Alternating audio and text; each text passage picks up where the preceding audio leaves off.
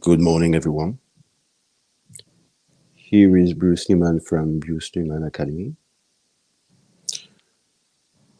We're going to start a new podcast. It's the number one, and it's called the Elevate Podcast, the Elevate Cast. I'm very pleasured, glad, and honored to invite a very special and interesting guest for this number one, Joanna Rarefied. Hello. Hello. Thank you for having me. which, which is a coach specialized in motherhood, but the peculiarity of her assistance is about considering the spiritual aspects of motherhood. In this way, Mrs. Rafite, I would be glad that you introduce yourself, but I would like to develop it. Would you allow me to ask you a series of questions concerning your background, and let's do some kind of a scrutiny of your personal development, which has been the different elements that you did encounter on your life path. Where did you born, Miss Rarefied? So I was born in Canada. I was born just outside of Niagara Falls, actually. And yeah, I spent most of my life there. My parents are Italian, so I grew up in a Canadian Italian household. Yeah. How is it to be to come from an Italian culture and meanwhile evolving in a French-spoken world, let's say? Yeah. So for us, like in Ontario, French is the second language, but it's not dominant like it would be in Quebec. So I learned French in school, which was fun and interesting and just seemed like a natural thing for us because that's how we grew up. But um, yeah, my culture is very much Italian. Hmm.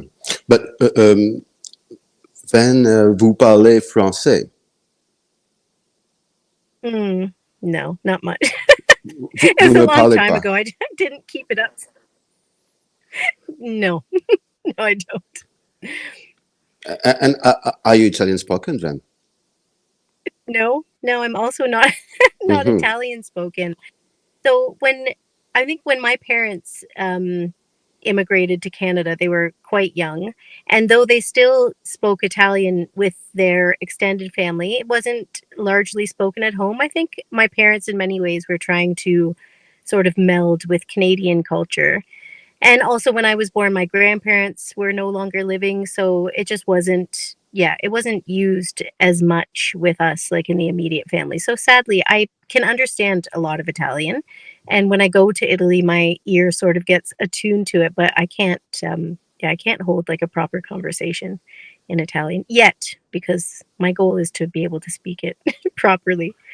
So I'll get back to you on that.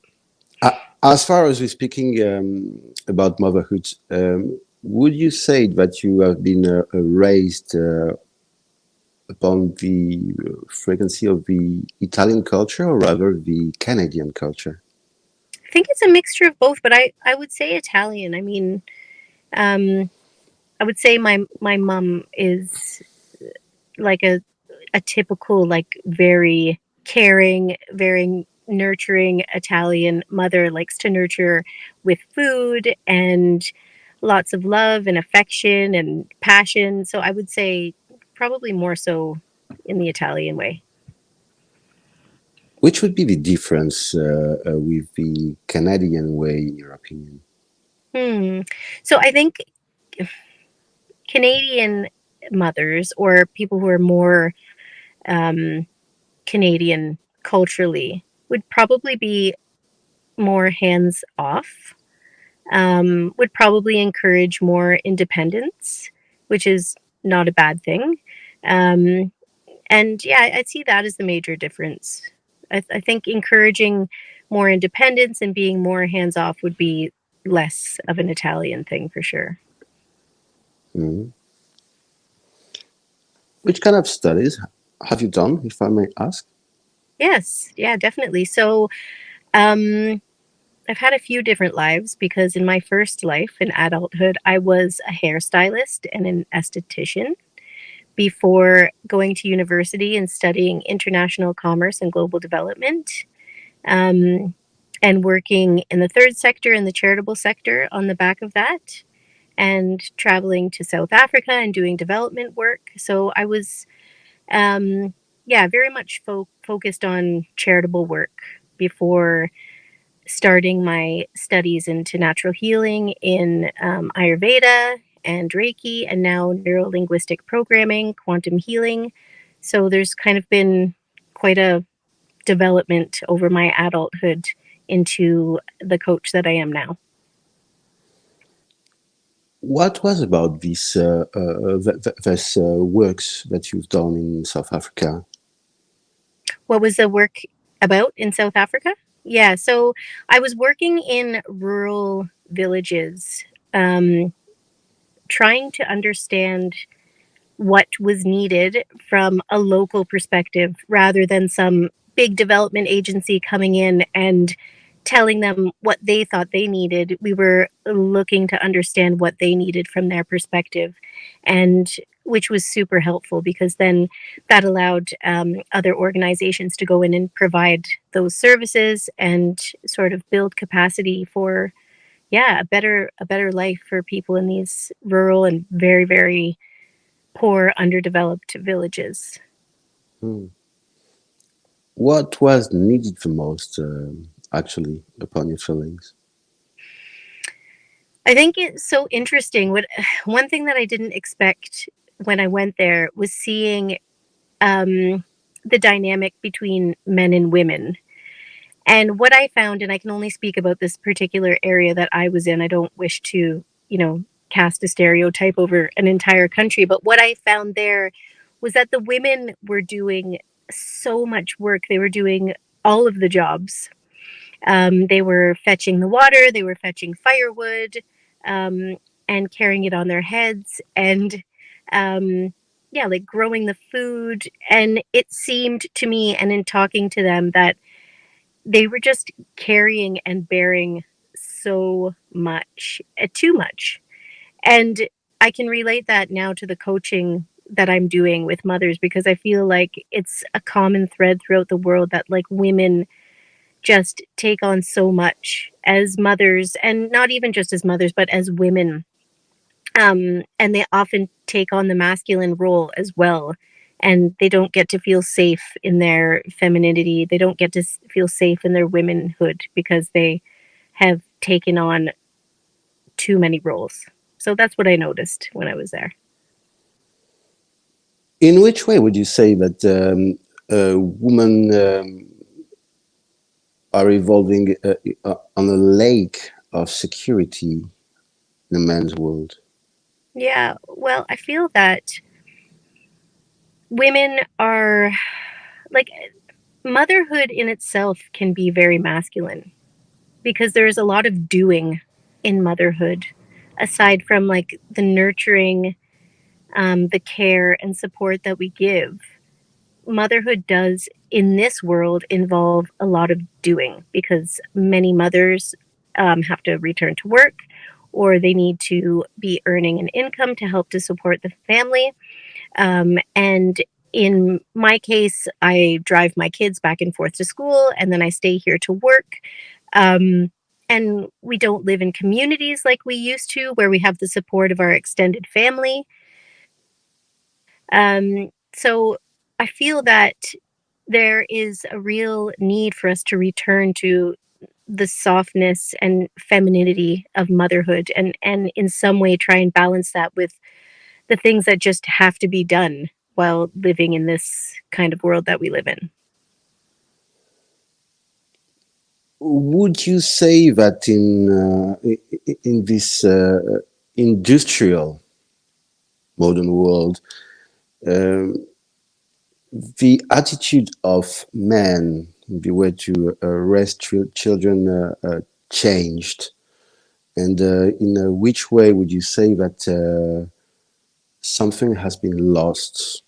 I dare to ask this question as far as apparently, and as you did express it, you do by yourself come from a traditional family, and you felt in your own education a balance, which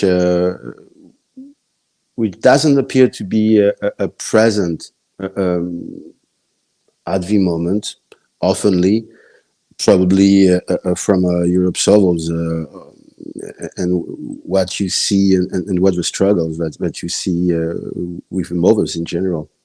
Hmm. Yeah. So I think it's not, I think it's just the way our society, our modern industrial society is set up, the way it's structured, um, and the expectations that there are, and also just practical things like the cost of living. I live in London, um, which has like a crazy cost of living. So many people, just for practical reasons, they need to work. And it's not to say that women shouldn't be working, because I myself, have a career that I'm super passionate about, but it's more about being aware of our nature and seeking balance, and, being able to do it all, but identifying the need for balance and finding different ways to introduce that balance. Mhm. You're in contact with various mothers during your coachings. You you told me previously, just before this interview, that you oftenly see mothers being quite lost in Hmm. this realm. How does it look like? Well, I can speak from my own experience and then also from the experience of my clients. And what I found personally is that I just reached a point of burnout because I was just doing so much, and I was constantly putting myself last. And as a mother, like, our duty is to serve, and that's a beautiful thing, but it still requires a level of care for yourself. And again, in this like modern world that we live in, and which is often so fast paced, like, we get caught up in our role as mom and sort of forget that we are also women. We're also, lovers and wives. So I reached a point of complete burnout because I was just giving, and I forgot how to receive. I forgot that I had desires and dreams, and I just completely shut down. And that's what I see in my clients as well. It's this need to remember who they are as women, and to honor themselves as women, and to love themselves, and to give themselves this space for growth and for just being and relaxing, and yeah, growing as an individual, which in turn allows them to be even better mothers, if that makes sense. I was about yes, exactly, making this comment. Even if some says that working leads you to get free,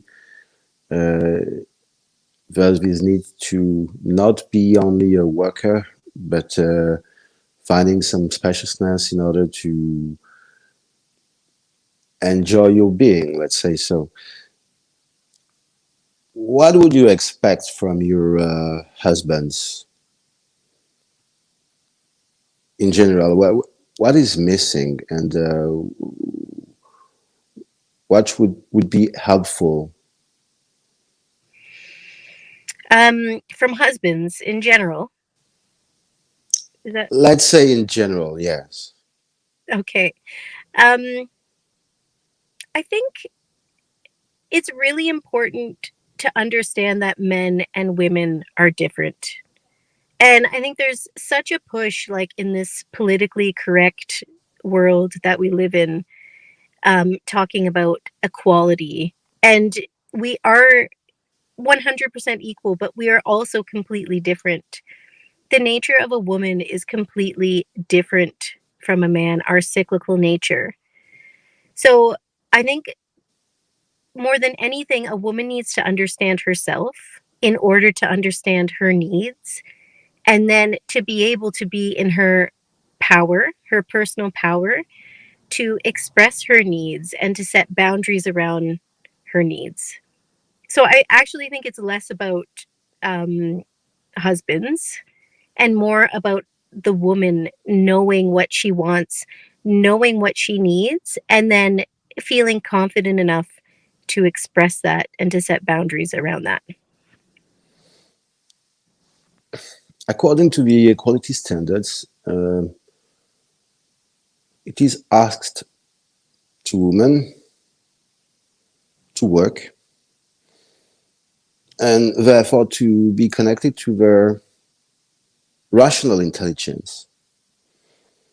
Meanwhile, and in this dynamic, do you see and do you observe by yourself a balance and in the way that men are by themselves more connected to their emotional intelligence? I mean, there's definitely a need for that. And I think women can lead the way with that. And oftentimes, women are completely switched off from their emotional intelligence, Hmm. from making heart led decisions and listening to their bodies. So I really feel like we need to, as women, just get back to basics, like the basics of understanding ourselves. Because most of the time, women are also caught up in left brain rational thinking. So I feel like the focus should be on getting back to basics, understanding our cyclical nature, providing ourselves with self love, what we need. And then that would allow the men in our life to be more in touch with their own emotional intelligence, their own emotional nature. Because right now, I just feel like the balance is so skewed, it's so off that women have to lead the way with this because that is our essential nature. So, in order for us to be examples, we need to get back in touch with it first ourselves.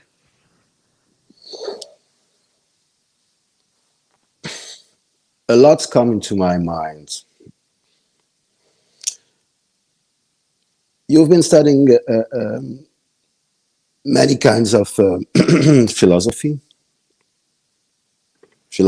and spiritualities as well. In let's start on a very general angle. In which way would you connect spirituality to motherhood? First of all, Mm, I think in many ways, I mean, it's it is the essence of our nature. And I think one thing that I've learned is that it's not only for women who have children, but our nature as women is this nurturing, creative energy. And one of my messages is always that the more in tune and aligned we are with ourselves, and the more in tuned and aligned we will be with our children. And in turn, they will be with themselves, which highlights the need to get to know ourselves and our true nature so that we can step in to that power of motherhood and be the best possible guide for our children, which I believe is what motherhood is all about. It's about, guiding these whole beings who have come here into adulthood and just kind of holding their hand along the way as best as we can. We can only say that um, in the way to raise children, the mothers would be the providers, feeding the children, and the fathers would be the guardians of the values, the authority, and would put down some boundaries, some limits which shouldn't be crossed. But does those role are still shared in the same way, or would you say that modern mothers have to assume all those roles? I think sometimes some mothers do have to assume all of the roles. And again, the lines are blurred these days in these modern times when um, the focus has to be on income. Like people are struggling to, pay their rent and put the food on the table. So, yeah, I find very much the lines get blurred. And that's even if there is no struggle. I mean, with both parents working and perhaps not being able to be as present as they both need to be, I find the lines get blurred and then the those roles are probably shared or perhaps there's an imbalance of roles. which which may be the consequences in the education then, or in the education of the children, psychologically speaking. Hmm, that's an interesting question. I think there I mean, in the role of mother and father, we're not setting we're not setting a clear distinction between the role of a mother and a father or a man and a woman, perhaps. And yeah, that's probably one of the dangers of the way we're living these days.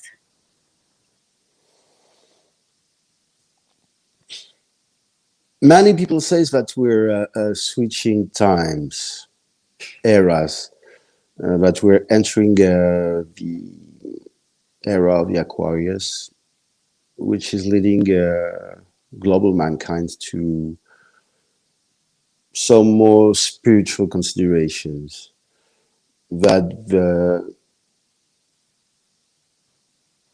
children which are born today and their souls are incarnated in order to become the new spiritual teachers.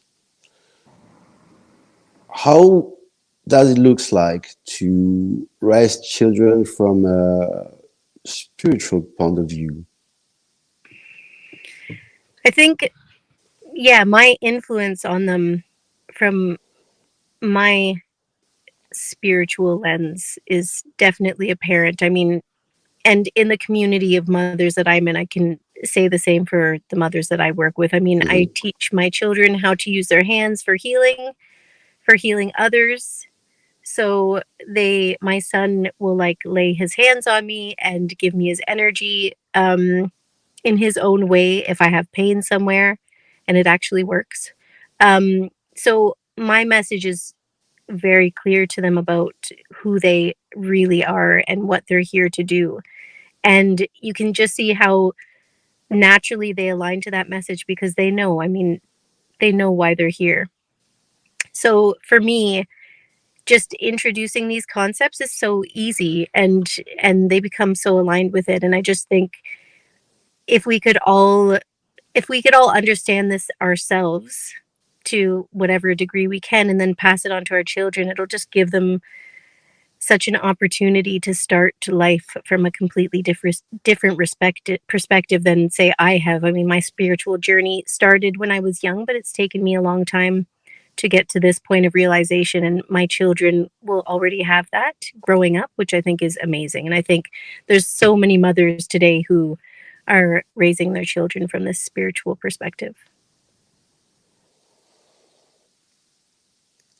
Then, uh, how does you children, from the feedback that you can have, does interact with your comrades? in the schoolyards? Well, I think they're still children, so there's still the same challenges. So there's still competition. There is still, upset, and they still have fun in the same way. However, the important thing is what they come home to. And as small children, they need to feel safe at home. So whatever challenges they face during the day, they know that they've got a strong foundation at home. They can come home and feel safe. They know that they can come and talk about anything. And I think that's the most important thing, because we send our children out into the world with very little control. Once they're outside of the house, you don't know, what the influences are going to be. But the question is, like, what are you providing at home? What is the safe haven that you're providing? And yeah, I think that's the most important thing, is to control your own environment and set it up in a way that your children can feel safe and can feel loved and just free to be themselves. In which way are you assisting the mothers in your coachings, if I may ask? Which are the exercises that you're proposing in order to help them to face this state? Hmm. So my coaching is focused on the mother, and it's nothing to do with parenting. It is focused on the needs of the mother and helping her to focus on herself, to understand herself, to understand what's holding her back emotionally, and to understand her desires, uncover them, and then start setting some goals around her desires so that she can step into her power and feel like she can move forward as a woman. And in doing that, and in stepping into herself and who she truly is, and she can be more present with her children. She can be more of a strong figure of motherhood for her children. And I always say, like, you can read a million parenting books, but if you're not feeling whole in yourself, if you're not feeling regulated, if you're not feeling at home in your body, then you're not going to be able to implement any of that, because motherhood is so challenging, and it can be so, you can feel so triggered, and it can be so reactive. So it's just, the most important thing is to be feeling comfortable and at home within yourself. So that's what I focus on in coaching. We start with uncovering challenges and limiting beliefs. And I use neurolinguistic programming tools like ECT, emotional change technique, to it acts as a timeline therapy, so that we can go back in time and uncover the origin of various beliefs and stuck emotional states. And that really helps to loosen the hold that these beliefs tend to have on us, that we carry with us, that are often created during childhood by our well-meaning, loving parents. And then we work on mindset, we work on spirituality, and cultivating silence and peace within ourselves. And then we work on desires. We allow that creative energy to bubble up, that women can really easily harness, because we're creators. Our body is creative. So we harness that energy, and then we begin to work on our future self. What do we want our life to look like? Our relationships? Is there an area of life, our passions, career, our body? And then we take the journey, and we start working towards those things, so that the woman can understand that she can wear many hats.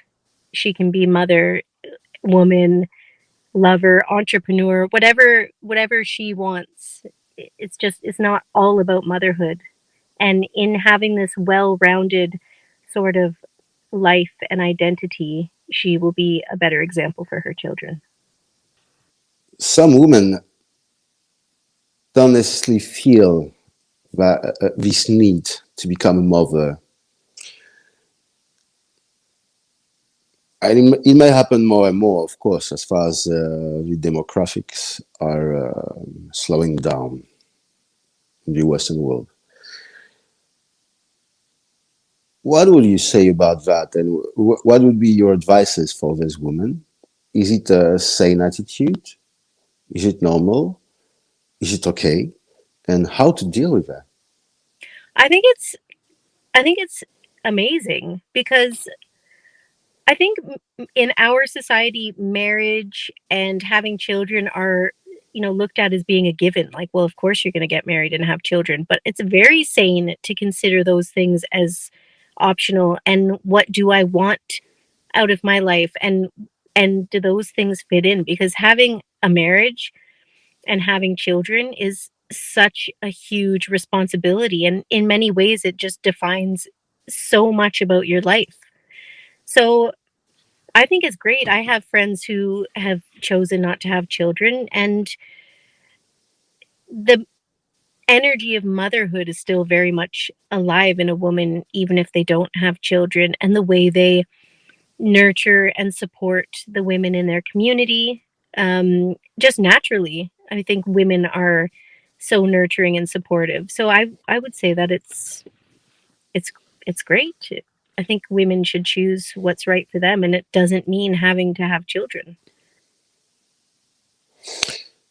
You just said previously that you're living in London. Is it Hmm. correct? Yeah. So, as far as I know this city, um, I know that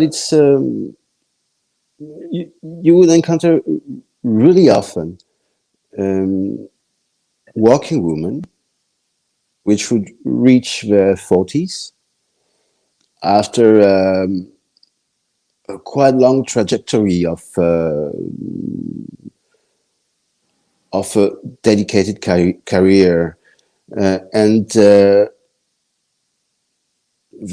reach their 45s, and they're quite emancipated, so they can balance their career, um, this working realm with occasional encounterings, and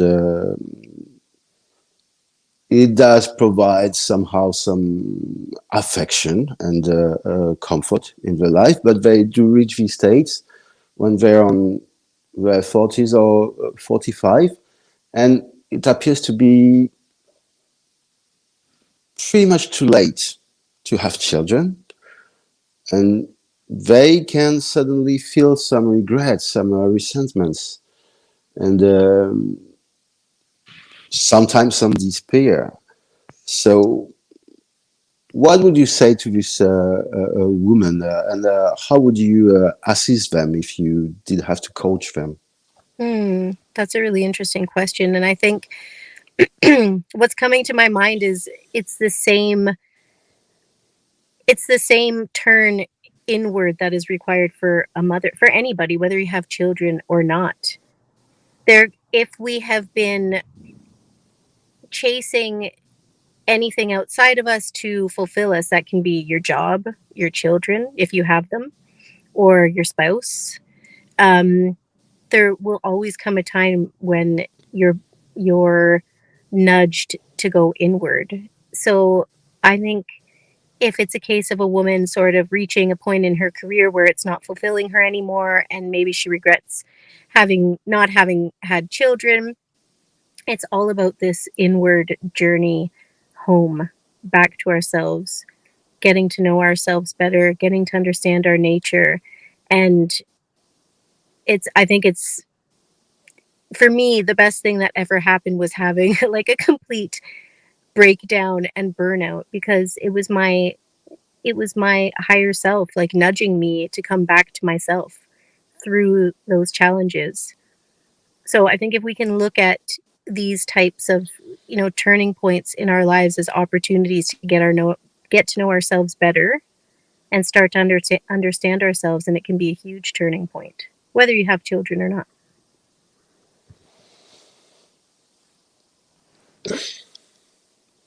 How to be a mother, metaphorically speaking, on your daily life and through your like common social interactions. And is it good to act on this way? Is it necessarily good to act on this way, in your opinion? With social interactions. Absolutely. Um, Sorry. Do you mean are you asking if it's good to communicate? Sometimes it would be required to a woman to act like as a man, and even one step further as a warrior. So, would you rather recommend to women to, as soon as they can, grab the opportunity to rather act as a mother in their social interactions? Yeah, definitely, because that's our nature. So everything that happens would support, yeah, our the choices we make that are aligned with our true nature will always make things easier, make things flow more. But in certain situations, again, going back to this idea of living in the modern world, then we have to um, step into the masculine sometimes. And I think it's all about returning to that balance and returning to ourselves and returning to femininity and making sure that we take the time to do the activities and the practices that will bring us back into the femininity, because I had no idea about this before. And I was just going, and reaching the point of burnout and not understanding why. And so knowing that I have to do things to make sure that I'm going back into my feminine is the only way for me to be balanced.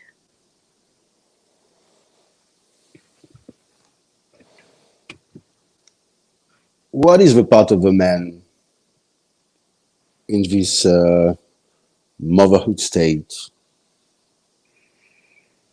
Do you have already some expectations from men,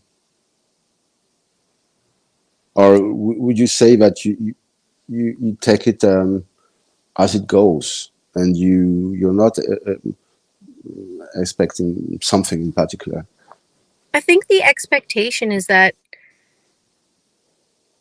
the man is meant to be the protector and a safe place for a woman, someone who can support a woman, not just materially, but emotionally. And yeah, I think the the stronger side of the man is all about allowing the woman to feel safe in her femininity. Which would be, in your opinion, the best model of mothers which could be observed? Oh, that's a really good question. The best model of mothers. I think the thing is, there are so many different approaches to motherhood. And I always keep my mother in mind, and actually my sister in mind. And when I look at all of the mothers who I really respect and who I admire and I try to model, I think it's more um, a set of values or characteristics rather than a single person. And I think somebody who listens and who allows a child to be completely themselves and doesn't wish to impress their own personality, their own desires, their own wishes on their child, and somebody who's just extremely loving and nurturing but can set boundaries. Um, and I think somebody who knows how to listen and who leaves the communication open with their children. And that becomes particularly important as they grow up, because what you want is to be the one who your child will always go to when they need something, rather than reaching for peer support, which can often lead to negative consequences. So I think it's those characteristics rather than a specific person that I can think of. which would be some specific exercises that you would provide to mothers in order to improve themselves? Hmm. So I think the way I work is outside of our sessions, there's always tasks, and it's dependent on what's happening with the client and what we're working on, but it usually comes down to self love and self discovery, self inquiry. So I would ask a mother to sometimes just write themselves a letter, a love letter, telling themselves all the things that they feel that they might need to hear from somebody else. I would ask questions around acceptance, what they don't accept about themselves. Um, they would write down things that they're proud of about themselves. And also just cultivating silence, being able to sit with themselves in pure silence, which is the best way to start to understand and get to know yourself. Those are the types of things that would be tasks that they would go away with after having a session with me where we would be delving into belief systems and desires and working on changing the current narrative that a client might be living with and telling themselves stories that keep them stuck. So a lot of that mindset work is how I would work with a client. Would it be some dangers to be too loving, too much careful, too much affectionate with your children? I don't think there's a danger in being too affectionate. I think there's a danger in being too loving, or what we would consider to be too loving, in not allowing children to make mistakes, keeping them too safe, um, to the point where they don't have an opportunity to learn for themselves. And this is, I think, something that's prevalent in the Italian culture where, yeah, like the mother does everything until, and there's always jokes about like Italian sons, like never learning to cook, never learning to do laundry. So I think impeding independence is a big mistake.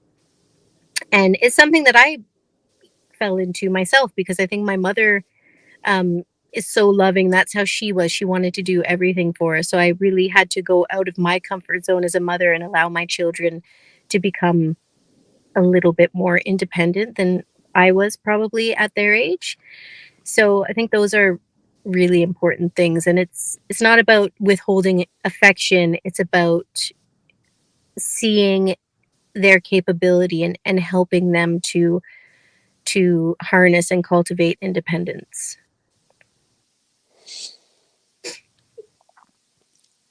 We may imagine that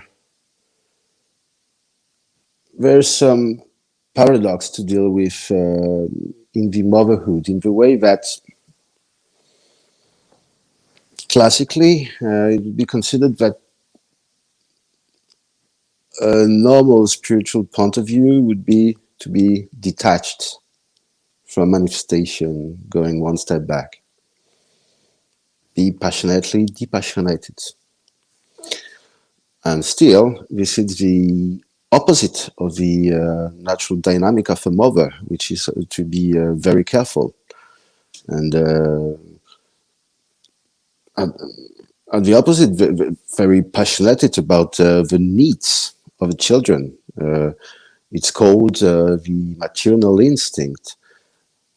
How you deal with those two polarities? I think it's a really difficult or challenging balance, and one that I'm still learning to get right. And I think of course, we're meeting like their physical needs and their emotional needs, but I think it's really important to not answer all of their questions, for example, and allow them to develop their own perspective and their own sense of self. So I think that's a way to take a step back and not feel like you have to jump in with every single answer and provide every solution. So that's how I approach it mostly. If there's a question that would be very easy for me to answer, then I'll just say like, I wonder. Yeah, I wonder. Would you think that a man can assume the role of a mother, and because some single males are assuming to raise a family, Hmm. and I'm sticking here to common situations. I wouldn't like to drift into in any kind of controversy. I'm just thinking about a standard male, which has to deal with a situation when he's a single father and he has to assume the role of a mother as well. Hmm. Is it possible? And if yes, how to deal with that? Hmm. And I think another situation is when the mother is the sole income provider and the man is like the stay-at-home father. Because I see that situation in Hmm. my community as well. And yeah, I mean, it can definitely be done. We see single mothers wearing the hat of both father and mother. And so a man can wear the hat of both mother and father as well, I would think. And I'm sure a man in that situation would have to really be embracing his feminine side to bring balance, as much balance as possible to the situation, and get in touch with their nurturing side. And I I've seen that it's done with success. And sometimes there's no choice in these situations, and it might not be ideal, but it can it can be done.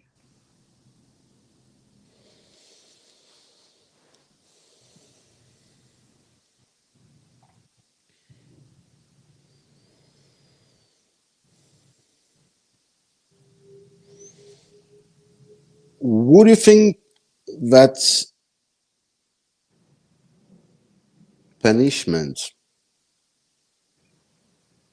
is something which would be considered as well as one of the spiritual tools that should be used in education?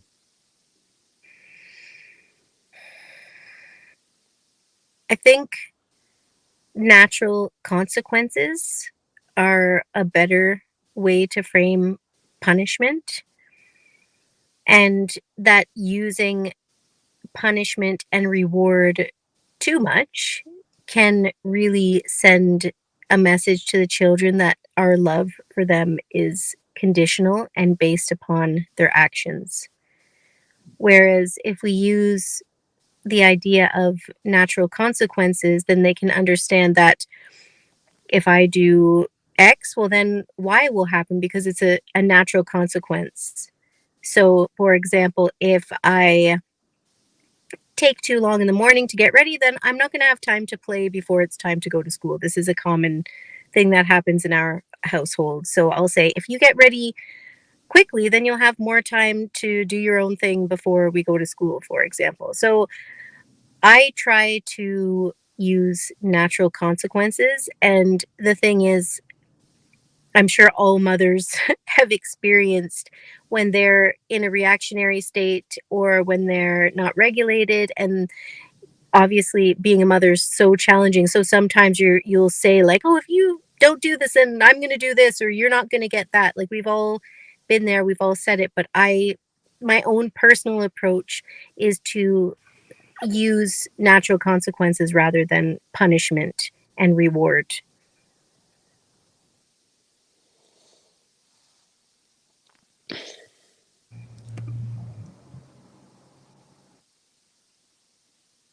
The realm of faith is somehow on the way of a transformation, place of religion is not necessarily what it used to be back to the days.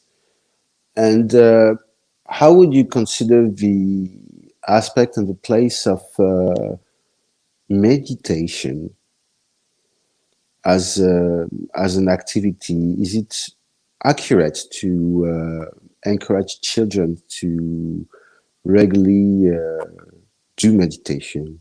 Hmm. So Or I think sorry, sorry. no, go ahead. Go ahead. Would you say I wanted to just comment about that? Would you say that they're too young to understand? And at which age you would consider that it may become accurate to initiate them to meditation? So I think children, if they're doing really great supportive activities, are meditating while doing different activities. So, for example, my children go to a Waldorf school and they do a lot of handwork. And I think these are active meditations. So, when they're weaving with threads or sewing or doing woodwork, like if they're like sanding wood down, I think these are natural meditative states for children. I think children, when they're engaged in sort of open ended play, like something with like natural materials like blocks, any sort of wood, or playing in nature, I think they're so present that these are active meditations that they're engaging with. And my son sometimes will listen to a guided meditation. So for relaxation, or when I mentioned earlier, he's like using his hands for healing.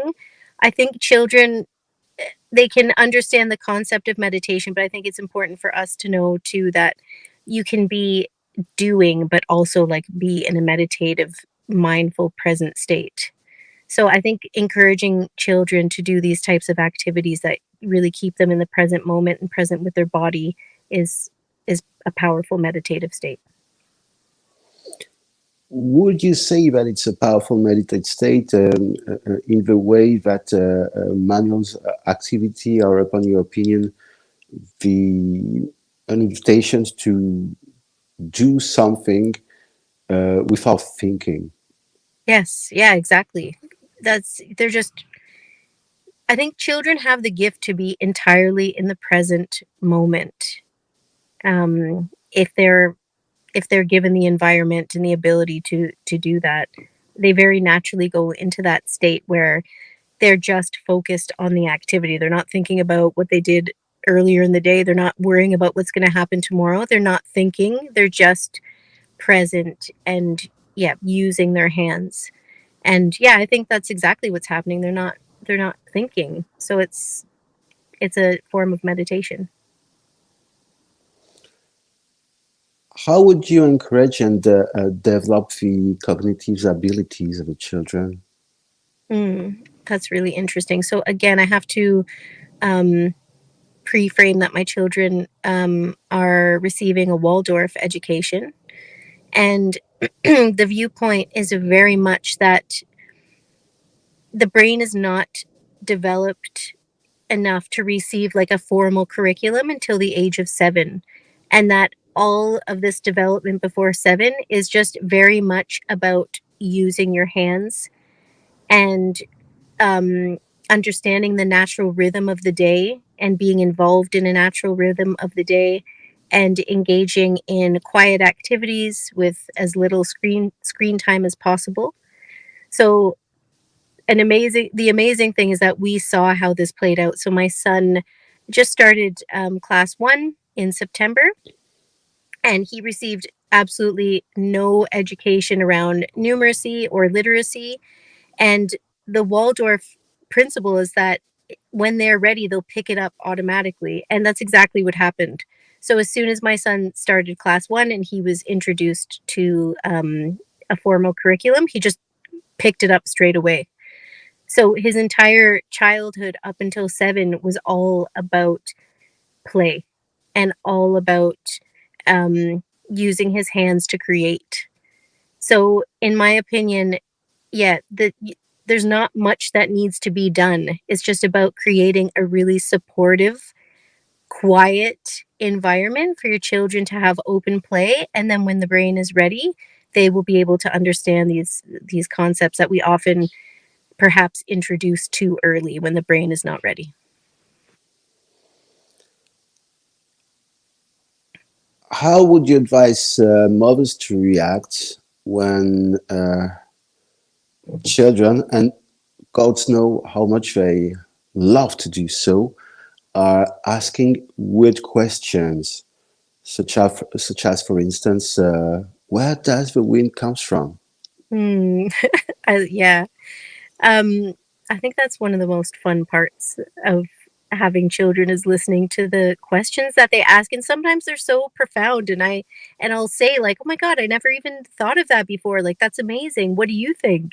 And that's the opportunity to let them develop their own sense of self and their own perspective and their own wisdom, and they do already have so much wisdom that they come here with. So I allow them to develop their own ideas around things as much as possible.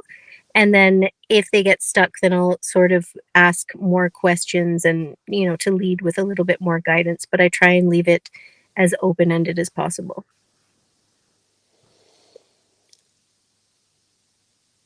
And how to react to some others deeper questions, um, and which would be to your advice for the mothers, such as, for instance,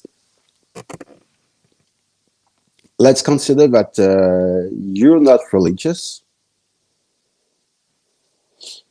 and your children are asking you, "Mommy, does God exist?" Hmm. So, I mean, first of all, the important thing is to be very secure in your own beliefs. Hopefully, by the time you do have children. And then, I mean, that's entirely a personal approach. So, my approach and my belief is that there is a creator, there is God, and that we are here to develop ourselves, to grow, to evolve as just a very small part of our spiritual path. And one thing, when I was a child, I was so petrified of death. I was so afraid of my parents dying because in the Italian culture, I think, there's a real fear of death. So, one thing that I have encouraged with my children is for them to understand that this is a very small part of our life, of the universe, and we're here for a brief time, and we will go to another life after this. And yeah, so just to treat this as almost like a place where we're here to grow, evolve, love more, understand ourselves more. So that's the message that I give, but that's very personal to me and to my approach and my views in life. So I think, yeah, it's very personal. How long a mother should assist and protect our children? Some are protected very late, and some others consider that at some junctions of the teenagehood and the very early adulthood, and independence should be stupendously encouraged. Hmm. So I think there's a level of independence that's appropriate at every age. And it's important to keep that in mind. And apart from independence, it's about capability and it's about them understanding and pushing their own capabilities.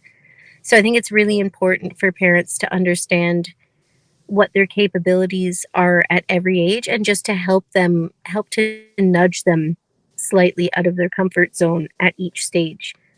Um, so, for example, when my son turned 5, his kindergarten teacher said to me, like, Joanna, you need to, like, he can do everything himself at home now. He can get dressed himself, he can go to the toilet, he can brush his teeth. And I was still doing most of those things for him because just it's in my nature to want to give and just want to do everything. So I it was out of my comfort zone and out of his comfort zone, but at that point I had to, you know, allow him to do more for himself. So I think it's just about understanding that your role isn't just about like doing everything for them, but your role is about helping them identify their own capabilities and to be able to build on those capabilities with your love and your guidance. And that can even mean, you know, at the age of 18 when they're, you know, ready to perhaps go off to university or, you know, have get their first job. That's probably earlier than 18, but yeah, I guess it at any age there's a different level of independence that we need to help them cultivate. Which kind of clients or students are you welcoming into your So coachings? And which kind of students or clients you would preferably don't assist, and hmm. for which reasons? So I work with mothers specifically, and the type of mother that I love to work with is somebody who is just ready to drop all of their old stories. So if somebody comes to me and who I can see is arguing for their own limitations, arguing for why they're stuck or for why life isn't the way they want to be, then they're not ready to work with me or probably not ready to work with any coach because you have to be in a place where you're just ready to tell yourself a new story. You have to be ready to tell a new story and let go of everything that's been holding you back. And also to be able to take responsibility for all of your life circumstances. That's the most important part of change is understanding your role in in your environment, what's been happening in your life. And then that level of responsibility and self-awareness is like a springboard for change. So that's the type of client that I like to work with. And I would be able to recognize somebody who's in that space or who's willing to go there, from somebody who is would rather be stuck in their old story. Which would be your favorite clients and why? My favorite clients are ones who just go all in on themselves and they're willing to face challenges and do the tasks that they would rather avoid because that thing that I mean, I'm sure a lot of us can recognize that if there's something that you're really, really challenged by and that really scares you, that's the exact thing that you need to do to help up level yourself. So my favorite clients are the ones who I can see are just completely going all in on themselves and they're willing to step out of their comfort zones because just that's what helps them to grow and to flourish.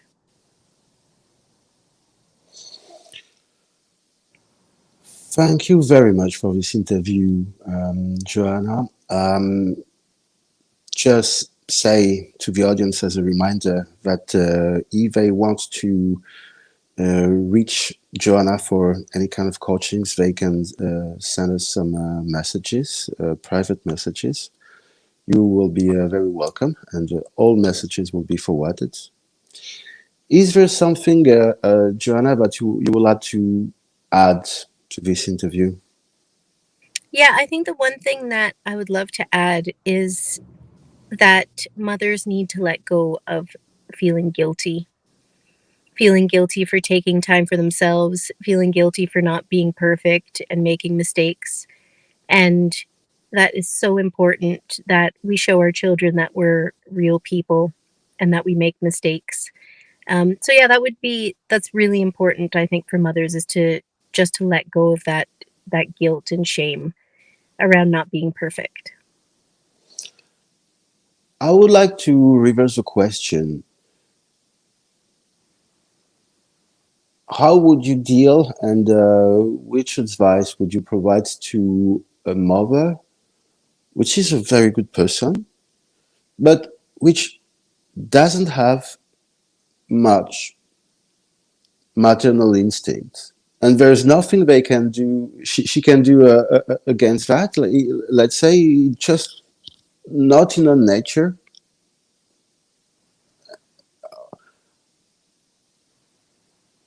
With children, a woman who has With yeah, children, yes. that's children. I'm Mm, speaking. I'm speaking about, let's say, a mother, which is, let's imagine, a very good person, very moral, but still, psychologically and physically speaking, she doesn't feel it. She doesn't have this feeling of this maternal instinct.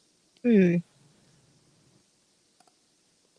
And of course, it sometimes could be a problem in the education. But how could it be a problem? Why would it be a problem? And how would you assist this person? I would assist that person by understanding more about them. And my first thought is that a woman who has children but doesn't have a maternal instinct, may be disconnected from herself and from her true nature. And I would wonder if she is living more in her masculine than her feminine, more in doing rather than being. And I would encourage her to get back to her feminine nature. And from there, I can imagine that the maternal instincts would naturally rise up. It has picked up my curiosity. Your comments are so interesting, Joanna. Uh, would you say the same to a mother, which is acting to with her children, not necessarily as a mother, but as a friend? Hmm. Yes, I think that is something that is more about a desire to be a peer and to be liked by your child, and probably an unwillingness to be able to set boundaries. So I think we have to understand the role of motherhood, and that it is all about nurturing and love and affection and play, but it's also about setting boundaries and understanding that you're the guide and you're not a peer. So I think that would come with just better understanding of your role as mother and the influence that you have on your children. Very good, Van. I thank you so much Thank you. for. We feel very honored and pleasure to have you as a very first guest for this podcast. Thank you very much. I'm honored as well. Thank you for having me.